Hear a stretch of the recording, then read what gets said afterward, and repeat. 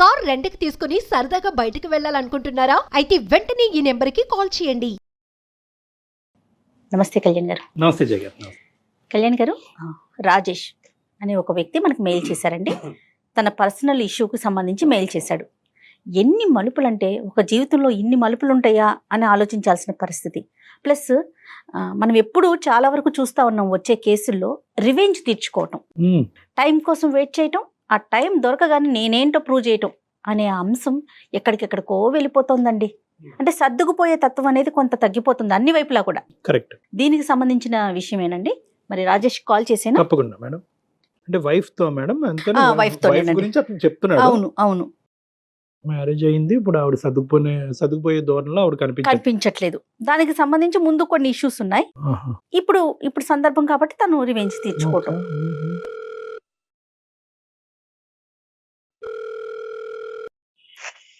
Hello hello, Rajesh గారండి? అవును madam. నేను జయానండి, అందమైన జీవితం ప్రోగ్రామ్ నుంచి కాల్ చేస్తున్నాను. నమస్తే మేడం. నమస్తే రాజేష్ గారు. నమస్తే అండి. మీ మెయిల్ నేను చూశాను. నాతో పాటు డాక్టర్ కళ్యాణ్ చక్రవర్తి గారు ఉన్నారు. Okay madam. ఒక్కసారి మీరు మెయిల్లో పెట్టిన విషయాన్ని డాక్టర్ గారికి చెప్తే ఆయన సలహాలు సూచనలు మీకు అందిస్తారు. Okay madam. Okay madam. రైటా? ఓకే. రాజేష్ గారు నమస్తే అండి. నమస్తే సార్, కళ్యాణ్ చక్రవర్తి సార్. నమస్తే. ఏంటి చెప్పండి రాజేష్ గారు, ఏంటి సమస్య? సార్, అది నాది ఒక చిన్న మిడిల్ క్లాస్ ఫ్యామిలీ సార్ నాది. Right sir. ఒక నేను, మా వైఫ్, ఒక ఇద్దరు పిల్లలు ఉంటారు. డైలీ మార్నింగ్ 9కి వెళ్ళటం, ఈవినింగ్ 6 రావడం. నాది షేర్ మార్కెట్ సార్ నాది. ఇంకా లాట్ ఆఫ్ బ్రదర్స్, మీకు అర్థమయ్యే ఉంటుంది సార్. మీకు అవునవును. పెళ్లి చేసుకున్నప్పుడు కొన్ని సంవత్సరాలకు బాగానే జరిగిపోయింది సార్. నాకు ఎవరైతే నేను మ్యారేజ్ చేసుకున్నానో ఆ వ్యక్తి నుంచి నేను ఒక టార్చర్ అనేది అనుభవించాల్సి వస్తుంది సార్. నేను మా ఫాదర్ ఫుల్ గా డ్రింక్ చేస్తారు. మా మదర్ ఏమో నేను చిన్న వయసులోనే 5th క్లాస్ 6th క్లాస్ చదివి టైంలోనే వాళ్ళు విడిపోయారు సార్. మా ఫాదర్ ఎక్కడికి వెళ్ళిపోయారు. మా మదర్ దగ్గరే మేము ఇద్దరు పిల్లలు, మా అక్క, నేను కూడా ఉంటున్నాం సార్. మదర్ చాలా కష్టపడి పెంచారు మేడం. ఒక మా సమతలో మా అక్కకి పెళ్లి చేసాం. నా విషయం దగ్గరకు వచ్చి ఏం జరిగిందంటే, నేను చదువుకునే టైంలో నేను మా దూరపు బంధువులు ఒక అమ్మాయిని నేను ప్రేమించాను సార్. ప్రేమించిన కొన్ని సంవత్సరాలు మాకు కూడా చదువుతో పాటు ప్రేమ కూడా చాలా రోజులు కంటిన్యూ అయింది. నేనైతే ఎవరైతే ప్రేమించానో వాళ్ళ అమ్మాయి పెళ్లికే నేను వెళ్లాల్సి వచ్చింది. ఆ అమ్మాయి ఎలా మిస్ అయిందంటే, వీళ్ళు మిడిల్ క్లాస్ ఫ్యామిలీ, వీళ్ళ ఫ్యామిలీ మదర్ పర్ఫెక్ట్ వేలో లేరు, వీళ్ళ పిల్లలు కూడా ఇలాగా ఈ వేలోనే ఉంటారు.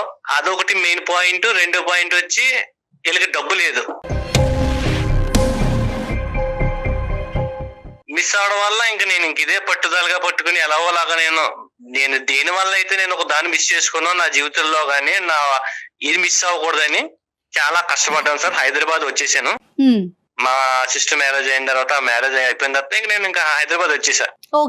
ఇక్కడ రెస్టారెంట్ లో పనిచేస్తూ, హోటల్లో పనిచేస్తూ, ఇక్కడ నేనే అక్కడ నేర్చుకున్న దాంతో నేనే హాస్టల్ పెట్టి ఒక లైఫ్ లో కొంచెం నేనైతే సెటిల్ పోసి, మళ్ళా దాని దగ్గర నుంచి కొంచెం అమౌంట్ పోగు చేసి బిజినెస్ పెట్టి, బిజినెస్ ద్వారా నేను సర్వే అవుతున్నాను మ్యామ్. రైట్. అమ్మ ఎక్కడ ఉన్నారు? మీతో పాటే ఉన్నారా? అమ్మ మాతో పాటునే ఉన్నారు. నేను మ్యారేజ్ చేసుకున్నాను, అమ్మ మాతో పాటునే ఉన్నారు మేడం. మీరు మ్యారేజ్ కూడా చేసేసుకున్నారు? మ్యారేజ్ కూడా చేసేసుకున్నాం మేడం. మ్యారేజ్ చేసుకుంటా కూడా కారణం ఉంది. ఏంటండి? ఒక అమ్మాయిని పెళ్లి చేసుకోవాల్సి వచ్చింది సార్, తప్పనిసరి పరిస్థితిలో.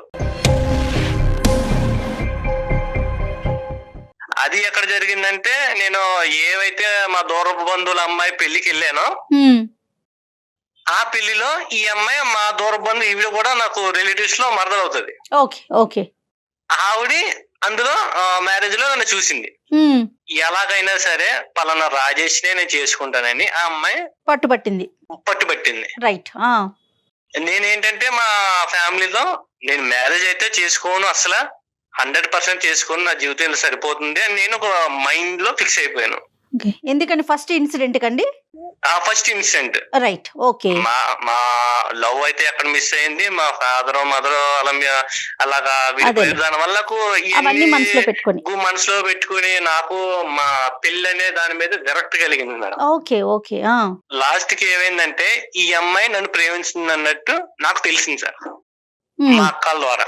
ఉమ్, ఉమ్. ఈ అమ్మాయి నా కోసం 7-8 సంవత్సరాల నుంచి వెయిట్ చేస్తుంది సార్. ఒక మనల్ని ప్రేమించే వ్యక్తి మన జీవితంలోకి వస్తే ఎంత అద్భుతంగా ఉంటుందో సినిమాలో చూపించినట్టు మనకు కూడా కొంచెం చాలా బాగుంటది, మన దిశ దశ మారిపోతది అని అదొక కాన్సెప్ట్ తో నేను చేసుకున్నాను. చాలా రిచ్, కొంచెం 50 ఎకరాల పొలాలు ఉన్నాయి, నగలు ఉన్నాయి, నట్టు ఉన్నాయి, ఇంకా ఫ్యామిలీ బ్యాక్గ్రౌండ్ కూడా చాలా పెద్దది. రైట్, ఏదేమైతేమి మీరైతే పెళ్లి చేసుకున్నారు ఆ అమ్మాయిని. ఎలాగైతే పెళ్లి చేసుకున్నాం మేడం. ఓకే, నెక్స్ట్ అండి. పెళ్లి చేసుకున్నాం, ఎలాగా కొన్ని రోజులు బాగానే గడిచింది. మేము మా అమ్మని తీసుకొచ్చి హైదరాబాద్ వచ్చేసామండి. ఆ, హైదరాబాద్ వచ్చిన తర్వాత నేనైతే ఎక్కడ ఉన్నానో అదే హైదరాబాద్ లో మా అమ్మని వేరే ఇంట్లో పెట్టాల్సి వచ్చింది. ఎందుకంటే మా అమ్మగారినే సరిగ్గా పట్టించుకోకపోవడం, టైంకి మెడిసిన్ ఇవ్వలేకపోవడం, సరిగ్గా చూసుకోకపోవడం, ఇంకా తిట్టిందే తిట్టడం ఏదైనా. ఇంకా ఆవిడకి కూడా నాకు కూడా ఇంటికి వచ్చేటప్పుడు మా అమ్మగారు ఆఫీస్ నుంచి వచ్చిన తర్వాత చెప్పి లోపలికి నా మనసు కూడా చాలా గాయమైంది సార్. సో అత్త కోడళ్ళకి పడల. ఆవిడ కోరుకున్నారండి మీ భార్య వచ్చి మీ అమ్మ ఇక్కడ ఉండటానికి వీల్లేదు అనే మాట వచ్చిందా, లేదంటే మీరే ముందు జాగ్రత్తగా అమ్మకి ఎందుకు సపరేట్ అని చెప్పి దూరం పెట్టారా? ఎలాగా మదర్ అక్కడ ఊళ్ళో ఉంటుంది కదా, నేనే వయసులో కొంచెం బాగా కొంచెం ఏజ్ పడింది, చిన్నప్పటి నుంచి కష్టపడి వచ్చింది కదా, కొంచెం రెస్ట్ కొంచెం సుఖపడుతుంది కదా మేము ఇక్కడ తీసుకొచ్చాను సార్. మీరు ఆ నిర్ణయం తీసుకోగానే మీ వైఫ్ ఓకే అని చెప్పారా, ఎందుకండి ఆ పని చేస్తున్నారని అన్నారా? ఓకే అనలేదు సార్. పర్లే కొంచెం కొన్ని రోజులు ఉండొస్తారు, వెళ్ళే ఆడవాళ్ళు వాళ్ళ లేడీస్ వెళ్ళే సర్దుకుంటారు అని నేను ఇలా అనుకున్నాను సార్. Right, okay. మార్నింగ్ లేచి కొంచెం వీళ్ళకి టిఫిన్ పెట్టడం, కాఫీ పెట్టడం గానీ, మెడిసిన్ ఇవ్వడం గానీ, ఒక మినిమం బేసిక్స్ కూడా చూసుకోలేకపోతుందండి. అర్థమైంది. మా మదర్ కేమో కీళ్ళ నొప్పుల వల్ల టైం కి టాబ్లెట్స్ వేసుకోపోతే చాలా ప్రాబ్లం అవుతాయి. అమ్మ ఇష్యూ ఒకటి, ఇంకా అమ్మ ఇష్యూ ఒకటి, ఎక్కువ మెయిన్ ఇష్యూ అంటే మమ్మీ కన్నా సిస్టర్ అండి, మా అక్క. అయ్యో, ఓకే. ఆమెదేం ఇష్యూ అండి? మా బావగారు వేరే దుక్కున ఒక 20,000 కి వేరే దుక్కున జాబ్ చేస్తున్నారు లాంగ్ లో జాబ్ చేస్తుంటే, నువ్వు కూడా ఇక్కడ ఎందో ఉండడం ఎందుకు, నువ్వు వెళ్ళిపో. పెళ్ళైన తర్వాత కూడా అక్క మీతో పాటు మీ ఇంట్లోనే ఉందా? మా ఇంట్లోనే ఉంది మేడం. మా మమ్మీ మా సిస్టర్ ఇద్దరు కలిసి ఉండేవారు. వాళ్ళిద్దరు ఉండేవాళ్ళు, మీరు. Okay, right. ఏం జరిగిందంటే ఈవిడి సూటుపోటు మాట్లాడడం వల్ల ఏదో మాట అన్నా కూడా మా సిస్టర్ భరించలేని వ్యక్తి అండి. దాని వల్ల ఒకనొక టైంలో ఆవిడ ఆత్మహత్య చేసి చనిపోయిందండి.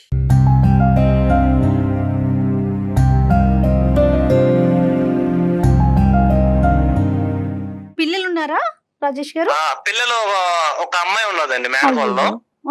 సిస్టర్ చనిపోయిందన్న బాధ ఒకటి, ఆ సిస్టర్ చనిపోవడం వల్లే మా మదర్ కూడా కొంచెం హెల్త్ డిసప్పాయింట్ అయిపోయింది. ఈవిడి నేను పెళ్లి చేసుకున్న వ్యక్తి మాటల్లో ఎంత టార్చర్ పెట్టుంటే ఎంత ఆత్మహత్య చేసుకునే పొజిషన్ వెళ్ళిపోద్దని నేను అస్సలు ఎంత థింక్ చేసినా నాకు అవ్వట్లేదు సార్, డైజెషన్ కూడా అవ్వట్లేదు.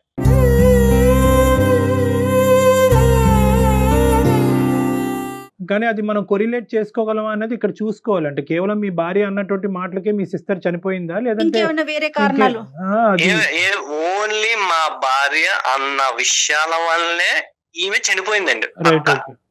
ఆల్రెడీ ప్రీవియస్ గా కాల్ మాట్లాడినప్పుడు ఇలాగా మీ మిస్సెస్ ఇలా ఉందిరా ఇలా ఉందని మా సిస్టర్ నాకు చెప్పి ఆవిడ వదిన మీరు చెప్పేది మా సిస్టర్ నాకు చెప్పేది.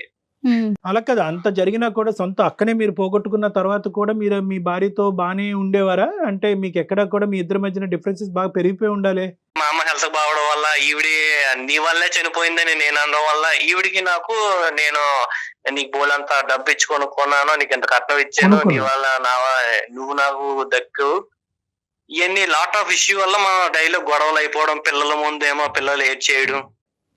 అదేలేండి, మొత్తం మీద ఇప్పుడు ఏంటంటే ఆ అమ్మాయి వెంటబడటం అనేది ఒకే సబ్జెక్ట్ కాకుండా ఆస్తిపర్రాలు అందమైనటువంటి అమ్మాయి 6 సంవత్సరాలు బట్టి వెంటబడుతుంది. ప్లస్ మోస్ట్ ఇంపార్టెంట్ ఏంటంటే మీకు వచ్చిన కట్నం బట్టి కూడా మీరు అట్రాక్ట్ అయ్యారులేండి. ఇక్కడ డబ్బు అనేది ఒక ప్రధాన కట్నం బట్టి కూడా అట్రాక్ట్ అయ్యాను. నా లైఫ్ లో కూడా రేపు పొద్దున్న మనీ పరంగా ఏ ట్రబుల్ రాకుండా, ఆ వ్యక్తి కూడా అంత అందగత్త అమ్మాయి అయితే కాదు, యావరేజ్, బిలో యావరేజ్.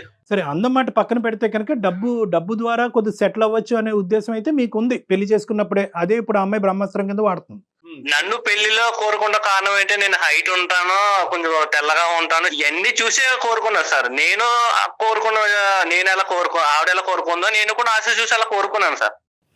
ఆవిడ ఈయన అందం చూస్తే ఈయన ఆవిడ ఆస్తి చూసారు. మొత్తానికి ఇద్దరు కలిపి మీ అమ్మగారిని చూడలేకపోతున్నారు, అది ఇక్కడ బ్యాడ్ లక్. మా అమ్మగారు చూడలేకపోతున్నారు. అక్క వాళ్ళ పాప ఎక్కడుంది? అమ్మానో పాప ఉంటున్నారా? అమ్మ వాళ్ళ మా ఇంటి కాడే పక్క స్ట్రీట్ లో హైదరాబాద్ లో ఉండాల్సి వస్తుంది మేడం. రైట్. పాప ఏం చదువుకుంటోంది? Pre KG. వాళ్ళ ఫాదర్ చూసుకుంటారా పాపకి సంబంధించి? వాళ్ళ ఫాదర్ మా సిస్టర్ అయితే ఎప్పుడైతే చనిపోయిందో అప్పటి నుంచి మా బావగారు అనేవారు పట్టించుకోవడం మానేసారు సార్. రైట్. ఒక మేనకోడలు అనేది ఇంకా నాకు కూడా ఒక కూతురి టైప్ ఇంకా చూసుకోవాల్సి వచ్చిన పరిస్థితి వచ్చింది. మీ మదర్ ని దూరం పెట్టిన తర్వాత మీ ఇద్దరు వరకు అయితే మీకు అది బాధాకరమైనా కూడా మీ ఇద్దరు హ్యాపీగా ఉన్నారా? హ్యాపీగా అయితే లేదు సార్, నేను చాలా నరకం అనిపిస్తున్నాను సార్. నేను ఎంతకాలం అయింది అమ్మని దూరం పెట్టి? 1 year అవుతుంది సార్. రోజుకి ఎన్నిసార్లు వెళ్ళి వస్తా ఉంటారు అమ్మ దగ్గరికి? అసలు వెళ్తారా? అమ్మ దగ్గరికి వెళ్ళనిస్తుందా నీ భార్య? అమ్మని చూసుకొని ఇస్తుందా? బాగోగులు అమ్మను నేను చూసి వచ్చాను, వాళ్ళకి ఏమైనా కొనిపెట్టాను, ఏమైనా చూసింది అనుకోండి, పెద్ద ఆ రోజంతా నైట్ అంతా ఒక 24 గంటలు కూడా గొడవ అవుతుంది. సో దూరం పెట్టడం వల్ల మీరు సుఖంగా లేరు, ఆవిడ సుఖంగా లేరు. ఆవిడ కూడా సుఖంగా లేదు. రైట్. ఓకే. ఇప్పుడు ఏమంటదండి? ఇంకా ఏంటి ఆవిడ కోరికలు చిట్టా? అసలు మీరేం ఎక్స్పెక్ట్ చేస్తున్నారు? మనకి ఎందుకు మెయిల్ చేశారు? మెయిల్ చేయడం కారణం ఏంటంటే నాకు వీలైతే నాకు డైవర్స్ తీసుకోవాలి, ఇంకా ఈ వ్యక్తి మీద నాకు విరక్తి, అసహ్యం, ఇంకా మొత్తం అన్ని ఇంకా ఏవైతే పదాలు అయితే ఉన్నాయో మొత్తం అన్ని అనిపించింది సార్. అది అసలు వికారం వచ్చింది నన్ను. ఫస్ట్ ఆఫ్ ఆల్ ఏంటంటే వికారం వచ్చింది. ఇంకా నేను నా లైఫ్ లో ఎంత బాగుండేదో పెళ్లి కాకముందు, ఈ వ్యక్తి నాకు పెళ్లి అయిన తర్వాత రావడం వల్ల నాకు జీవితం మీద విరక్తి కలిగింది. ఇంకా ఎప్పుడైనా మాట్లాడారా? అమ్మని పాపని మీ మేనకోడల్ని చూసుకోవాల్సిన బాధ్యత మీదే కాబట్టి ఈ విషయం తనకి ఎప్పుడైనా చెప్పారా? చెప్పా మేడం. ఏమంటారు తను? నాకు చూసుకోవాల్సిన అవసరం లేదు, నేను కొనుక్కున్నాను, డబ్బు పెట్టి కొనుక్కున్నాను, నిన్ను చూసుకోవాల్సిన అవసరం నాకేంటి, నిన్నే నేను చూసుకోను, లేకపోతే మీ మదర్ ని మీ మేనకోవాలని చూసుకోవాల్సిన అవసరం నాకేముంది? బేసికలీ ఏంటంటే ఎప్పుడైతే మీ సిస్టర్ చనిపోయిందో అప్పటి నుంచి ఆవిడ చనిపోవటానికి ఈ అమ్మాయి కారణం అన్నట్టుగా మొత్తం అందరూ విరుచుకుపట్టడం వల్ల ఆ అమ్మాయి కూడా మానసికంగా ఇబ్బంది పడిందేమో. అసలు ఆ అమ్మాయి యాంగిల్ ఏంటో ఒకసారి విందాం. ఉందా ఆవిడ? నేను కాన్ఫరెన్స్ కలుపుతాను సార్. నేను ఆవిడ పేరు మమత గారు. ఓకే. ఒకసారి కలపండి, మాట్లాడదాం. Okay sir. ఇతను ఏమంటున్నాడు మేడం? నేను అక్కడ మనసు ఇరిగిపోయింది, ఆ ప్రేమ కరెక్ట్ కాదనే ఉద్దేశంతో పెళ్లి చేసుకోవాలనే ఉద్దేశం లేనుకున్న వ్యక్తి ఈవెన్చువల్ గా పెళ్లి చేసుకున్నాడంటే దానికి కేవలం ఆ అమ్మాయి వెంట పట్టడమే కాదు, ఇతను అడ్వాంటేజ్ కూడా చూసుకున్నాడు. ఆ అడ్వాంటేజ్ ఒకటే కనిపించింది కానీ అసలు ఈ అమ్మాయి ఎవరు, ఎలాంటిది, ఎలా పెరిగింది అనేది ఆ విశ్లేషణ జరగలేదు. హలో ఏంటండి? ఎక్కడున్నావు? ఇంట్లోనే ఉంటాను. ఎక్కడుంటాను? ఏం చేస్తాను? ఇంట్లో ఏదో ఒక పని ఉంటది కదా, పని చేసుకుంటూ ఉంటాను. మా అమ్మకి ఒంట్లో బాగోలేదు, మెడిసిన్ పట్టుకెళ్ళి ఇచ్చావా? నేను ఎందుకు ఇవ్వాలి? మీరు ఇవ్వచ్చు కదా. మా అమ్మ వండుకునే పరిస్థితి లేకే కదా నిన్ను పట్టుకెళ్ళమంటా. నాకేంటండి, నాకేం పని లేదనుకున్నారా? ఇంట్లో ఎక్కడ పని అక్కడే ఉంది, నేను పని చేసుకుంటూ ఉన్నాను. నాకు పని పాట ఏం లేదా? నేను ఇచ్చుకుంటూ పోవాలా? నీకు ఇంట్లో 2 పిల్లలు, నేను నువ్వు ఉన్నావు, ఇంక నీకంత పని ఏముంది? అయినా కాకపోయినా ఎంత పని ఏంటండి? ఆవిడ అన్నం వండుకుంటుంది, నువ్వు కూర పట్టుకెళ్ళి ఇవ్వలేవా? కనీసం మెడికల్ షాప్ కి వెళ్ళి. నేను ఇవ్వనండి, నాకంత ఓపిక అసలు లేదు, నేను ఇవ్వను, మీరు ఇవ్వండి. ఇవన్నీ బాధలు నేను భరించలేకే అందమైన జీవితం అనే ప్రోగ్రామ్ నేను కాల్ చేశాను, మెయిల్ చేశాను. ఎవరికి? మమత, సారీ, నా పేరు డాక్టర్ కళ్యాణ్ చక్రవర్తి అమ్మ. ఇప్పుడు బేసికలీ ఏంటంటే రాజేష్ గారు మాకు ఫోన్ చేశారు. అంటే అతను పెళ్ళైనప్పటి నుంచి అతను పడేటటువంటి ఇబ్బందులు అవన్నీ చెప్పాడు. సరే, మేమేమి వన్ సైడ్ అనేటటువంటిది మేమేం మాట్లాడలేదు కాదయ్యా, ఆవిడ ఏ విధంగా ఇబ్బంది పడుతుందో ఈ మ్యారేజ్లో అనేది కూడా మనం తెలుసుకుందాం, ఒకసారి ఫోన్ కలుపు అంటే కనుక మీకు కలపడం జరిగింది. సో నేను మిమ్మల్ని ఏం చేయమనట్లేదమ్మా, ఒక 2 నిమిషాలు నా మాట వినండి అని అంటున్నాను. ఇప్పుడు మీ అత్త తర్వాత నువ్వు మాట్లాడదే గానీ. సర్లే ఆయన కూడా- ఏంటి ఇంకా నా ఆయన పరువు కూడా- తీసింది కాక ఇంకా టీవీలో న్యూస్లో వాటిలో వీటిలో వేస్తున్నావా? అమ్మ ఇది ఎక్కడ కనిపించే విషయం కాదమ్మా. నాకు ఎలాగో అవకాశం ఇవ్వో, కనీసం డాక్టర్ గారు కూడా సార్ కూడా అవకాశం ఇవ్వో అని అడుగుతున్నాను నిన్ను. నేను ఏమని చెప్తున్నా అంటే రెండు పదాలు మాట్లాడుతున్నాను ఇక్కడ. ఏంటంటే ఆ అబ్బాయి అతని జీవితంలో హ్యాపీగా లేడంట, అక్కను పోగొట్టుకున్నాడు, తల్లిని దూరం చేసుకున్నాడు.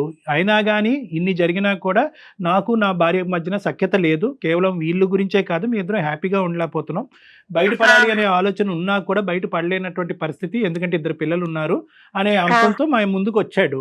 సో మేమేమన్నాము, అవునయ్యా అలా అయిపోయిందా, ఉండు మీ ఆవిడకి ఫోన్ కలుపు, ఆవిడ గట్టిగా బుద్ధి చెప్పాలి అని అనలేమేము.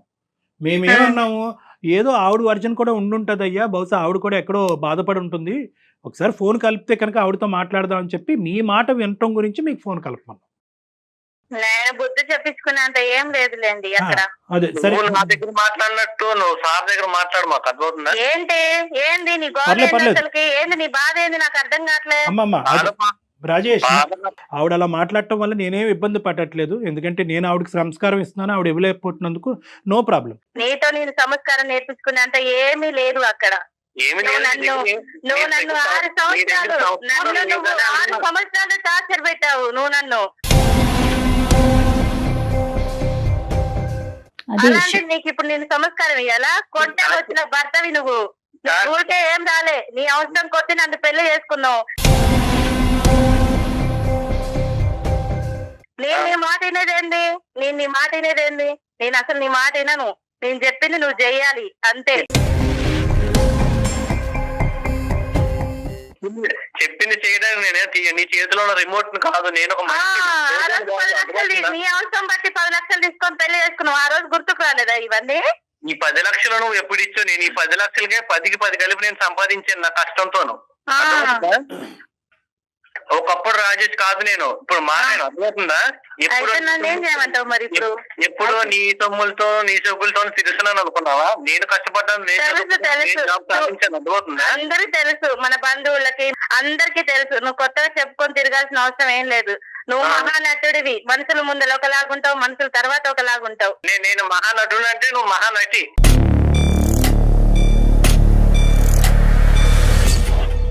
సబ్జెక్ట్కి వద్దాము. మమత అమ్మ, మీరు సార్ చెప్పండి. 6 సంవత్సరాల పాటు అతని చేతుల్లో ఇబ్బంది పడ్డాను అని అన్నారు, ఏంటి అది ఒక్కసారి చెప్పండి అమ్మా.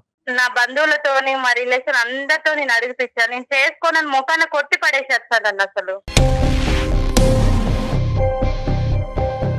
చేసుకోనని కొట్టి పడేసి ఆ తర్వాత నేను అలానే 6 సంవత్సరాలు నరకం అనుభవించాను సార్. చేసుకోవాలని.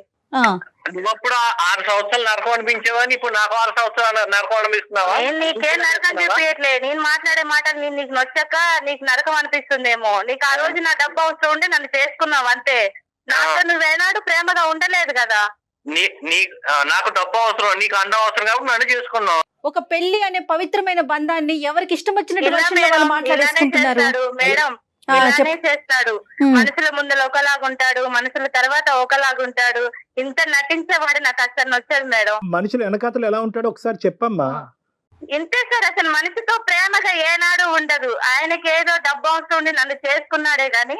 వాళ్ళ సిస్టర్ చనిపోవటానికి మీరే ప్రేరేపించారంట, ఆవిడని అనుకున్నటువంటి ఓయమ్మ, ఆమె చిన్న చిన్న మాటలకి విషయం చేసుకుంటారు సార్. మనం నవ్వుకుంటా వదిన మర్దలు అన్నప్పుడు నవ్వుకుంటా ఒక మాట అంటాం కదా, దానికే విషయం చేస్తుందామా. నవ్వుకున్న విషయాలకే చనిపోయిన వ్యక్తి ఎప్పుడైనా ఈ న్యూస్ పేపర్ లో కానీ ఎక్కడ వార్తల్లో ఎక్కడైనా మరి కళ ఉండదు. వచ్చినట్టు మరి చిన్న చిన్న మాటలకి ఇగో ఇవన్నీ చూపిస్తుంటే మరి నేనేం చేసేది? మొదల చిన్న చిన్న చిన్న చిన్నటికి ఫెయిల్ కావడం, చిన్న చిన్నటికి చీర ఒక బల్ల వేసుకోవడం, మరి అలా చచ్చే వాళ్ళని ఎన్నిసార్లు ఆపుతాం సార్ మనం? సరే కానీ వాళ్ళ తల్లి ఈ రోజు బయట ఉండవలసినటువంటి పరిస్థితి ఏంటమ్మా? అంత కష్టపడి పెంచినటువంటి తల్లి నాకు అవసరమే లేదు సార్, అట్లా నాకు అవసరమే లేదు. ఏంటి అంత ఆవిడ చేయకూడనటువంటి తప్పేంటమ్మా మీ అత్తగారు? నేను చెయ్యను సార్. అసలు వాళ్ళకి నేను ఎందుకు చేయాలి? నాకేం అవసరం? నాకేం పని ఏం లేదా? నాకు ఇంట్లో ఇద్దరు పిల్లలు చాకరీ చేశాను, నా భర్త చాకరీ చేస్తాను. నేను అలానే ఉంటాను. ఏమన్నంటే విడాకులు ఇస్తాను అంటున్నాడు. బాధ్యత రాహిత్యంగా నువ్వు మాట్లాడక అర్థమవుతుందా? నీ తల్లిని చూసుకోవటం అనేది ఎంత బాధ్యత, మీ అత్తగారిని చూసుకోవటం కూడా అంతే బాధ్యత. రేపొద్దున నిన్ను చూసుకునేటటువంటి బాధ్యత నీ నీ పిల్లల పిల్లలు చేతిలో ఉంది. తీసుకుంటారు. సో ఇవన్నీ వదిలేసి నేనెందుకు చూసుకోవాలి, నేను చూసుకోనండి అంటే కనుక ఓన్లీ ఎర్రగా బుర్రగా ఉన్నటువంటి మొగుడిని ఒక్కడనే ఉంచుకుని అతను చూసుకోవటం ఒక్కదాని గురించేనా పెళ్లి అనేటటువంటిది? నేను ఆయన ఒక్కరినే చూసుకుంటా సార్, వాళ్ళ అమ్మతో నాకు అవసరం లేదు. అది నేను నా వాళ్ళ అమ్మ పిల్లల లేకుండా ఆయన జాగ్రత్తగా- ఎక్కడి నుంచి వచ్చారమ్మా? అదేమన్నా బ్రహ్మ పదార్థమా పైనుంచి ఊడిపడను? మేడం అంత ప్రేమ ఉన్నాయన, మరి అదే 6 సంవత్సరాల ముందుకు నా రిలేషన్ తో అడిగిస్తాను, మరి ఆ రోజు లేదా నా మీద ప్రేమ? అదేంటమ్మా, ఒక వ్యక్తి, అది ఒక మనసు, తనకి నచ్చితే పెళ్లి చేసుకుంటాడు, లేకుంటే లేదు. ఆయనకు నొచ్చి నన్ను ఏనాడు చేసుకోలేదు మేడం, అతనికి నొచ్చి నన్ను పెళ్ళే చేసుకోలేదు. ఏ అక్క అయితే మన పెళ్లికి కలిపిందో ఆ అక్కనే దూరం చేసాం, మా అక్కనే. ఆమెకి చావే ప్రస్కారం అనుకొని చనిపోయింది, దానికి నేనేం చేయాలి? ఏం చెయ్యాలి ఏం చేయకూడదు అన్నది తీసి పక్కన పెట్టామ్మా. మీ కళ్ళు ఎదురుగుంటూ ఉన్న ఒక ఆడపిల్ల చనిపోయింది. అది దాని గురించి మీకు కొద్దిపాటి జాలి దయ సానుభూతి కూడా లేకుండా ఏదో పోయిందిలేండి ఎంతకాలం కాపాడుతాం అని చెప్తే కనుక ఈరోజు వాళ్ళ సిస్టర్ చనిపోయిన రోజే నిన్ను దూరం చేసుకోవచ్చు నీ భర్త. వాళ్ళ సిస్టర్ యొక్క చావు కారణం అనుకునేటటువంటి వ్యక్తి ఈరోజు భార్యను పక్కన పెట్టుకుని ఈరోజు తల్లి కూడా దూరం అయిన తర్వాత కూడా మళ్ళీ భార్య దగ్గరే ఉండేటటువంటి వ్యక్తిని నేను చూడలే.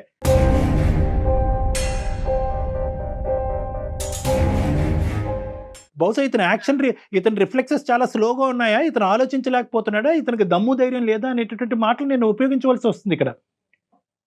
ఇప్పుడు దమ్ము ధైర్యం లేక సార్ నేను ఒక కాంపిటేటివ్ వాళ్ళలో ఉంటున్నాను. ప్రతి దానికి కూడా నాకు ప్రతిరోజు నాకు చేసే జాబ్ నాకు సవాల్గానే ఉంటుంది సార్.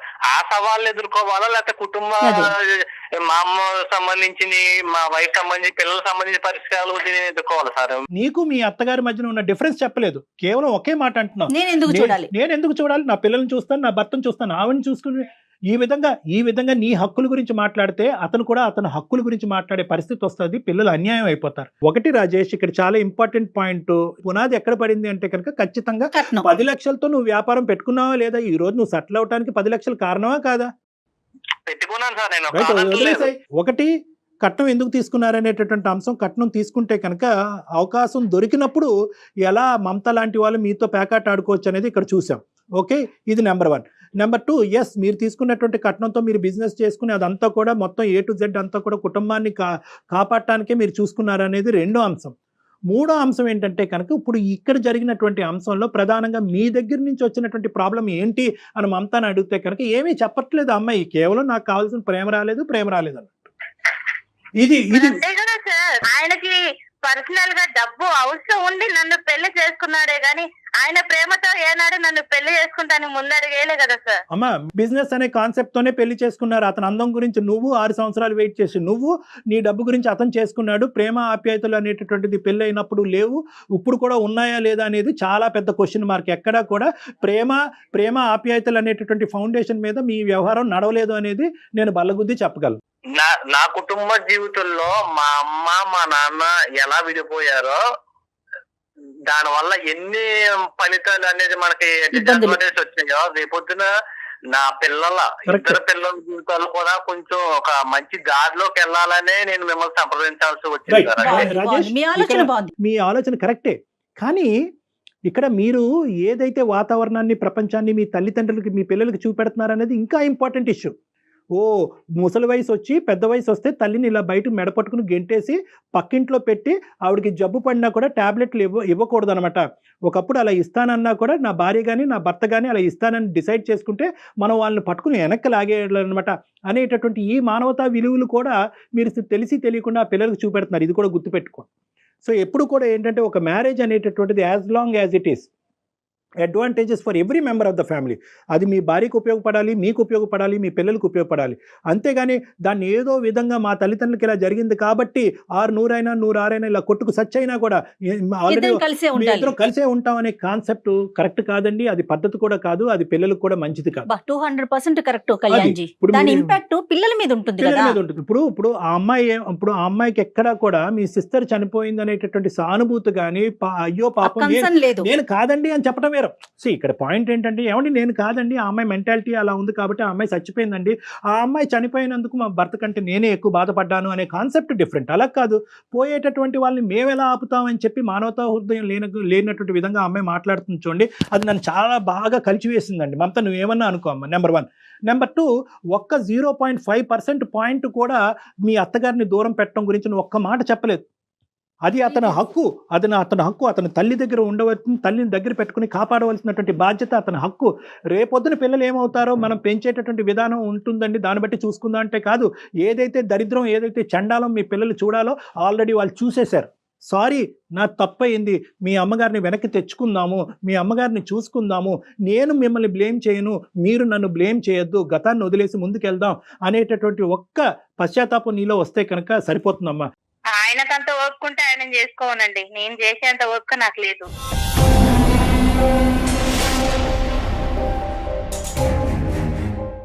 ఏంటమ్మా మమత, అసలు నువ్వు మాట్లాడేటటువంటి తీరేంటమ్మా? ఎప్పటికీ కూడా నువ్వు ఇదే వయసులో ఉండిపోతావు అనుకుంటావమ్మా? చావు వచ్చి తట్టదా? చావు వచ్చి మనకు వయసు రాదా? మనకు వృద్ధాప్యం రాదా? ఎప్పటికీ కూడా ఒక సపోర్ట్ లేకుండా 2 కాళ్ళ మీద పరిగెట్టేస్తామని అనుకుంటున్నావా? చాలమ్మా నీ ఓవర్ కాన్ఫిడెన్స్, చాలా ఎక్కువైంది నీ ఓవర్ కాన్ఫిడెన్స్. ఇదే పరిస్థితి కంటిన్యూ అవుతే కనుక ఈ పెళ్లి పెటాకులు అవడానికి 110% గ్యారంటీ. నేను చెప్తున్నాను, మీరిద్దరు విడిపోవటం గ్యారంటీ. దయచేసి ఆ పరిస్థితి రానివ్వద్దమ్మా. అంత వెయిట్ చేసి అతన్ని తీసుకున్నావు కదమ్మా, లైఫ్ కంటిన్యూ చేయాలి కదా. ఒక్కసారి ఇంట్రోస్పెక్ట్ చేసుకో. ఇక్కడ ఏంటంటే ఇది కాంపిటీషన్ కాదు, ఇది టగ్ ఆఫ్ వార్ కాదు, అటువైపు గట్టిగా లాగుతూ ఇటువైపు గట్టిగా లాగాలనే ఉద్దేశం కాదు. ఇది 2 పార్టీలు కాదు, ఇది ఎలక్షన్స్ కాదు, ఇది పోటీ కాదు, ఇది కుటుంబం. ఒకసారి చెప్పి మళ్ళీ వెనక్కి వెళ్ళు. ఈ అమ్మాయి ఏమైనా మనసు ఉన్నదని చేసుకున్నాను సార్. నేను అతిలోక సుందరని ఎక్కడ చేసుకోలేదు సార్. అది అయిపోయిందండి, ఇంకా అసలు ఆ విషయాన్ని వదిలేసేయండి. పెళ్లి దగ్గర ఉంటాడండి ప్రతిసారి ఇలానే సౌందర్యం జీవితాంతం ఉంటదండి. ఏమండి మీరు అదే పెద్ద ప్రాబ్లం. మీ ఇద్దరి మధ్యన ఏదైనా ప్రాబ్లం ఉందంటే పెళ్లి అయినటువంటి ఆ 3 ముళ్ళ దగ్గర అయిపోయారు మీ జీవితం. అదే నేను చెప్పట్లేదు, ఆ అమ్మాయి ఏమో కట్నం దగ్గర ఆగిపోయింది, అతనేమో అందం దగ్గర ఆగిపోయారు. అది దాటి ముందుకు వెళ్ళట్లేదు అసలు. ఎక్కడైనా కూడా ఇద్దరిలో 0.5% ఈ కుటుంబాన్ని కాపాడి ఆ పిల్లల్ని కాపాడాలి అనే ఉద్దేశం రావాలి కదండి. మమత, ఒక్కసారి ఆలోచించమ్మా, ఒక్కసారి ఆలోచించుకో. ఆయనకి ఇబ్బంది, ఆయన మీకు ఫిర్యాదు కదా సార్, ఆయన చెప్పుకోండి, నాకు చెప్పమాకండి ఇవన్నీ. ఏదమ్మా నేను చెప్పిన దాంట్లో తప్పే ఉందమ్మా? ఏమైనా బూతుమాట చెప్పానమ్మా? నేనేమన్నా అనుకున్నటువంటి మాట అన్నానమ్మా? తల్లి లాంటి పెద్ద నేను మంచిగానే చేస్తున్నాను, వాళ్ళమ్మ చేసేంత ఓపిక నాకు లేదు. ఆయన మీ దగ్గరకు వచ్చాడు కదా, నాకు బాధ ఉన్నది, నాది ఇది చేయండి సార్, అది చేయండి అని. ఆయనకు చెప్పండి ఇవన్నీ, నాకు చెప్పమాకండి.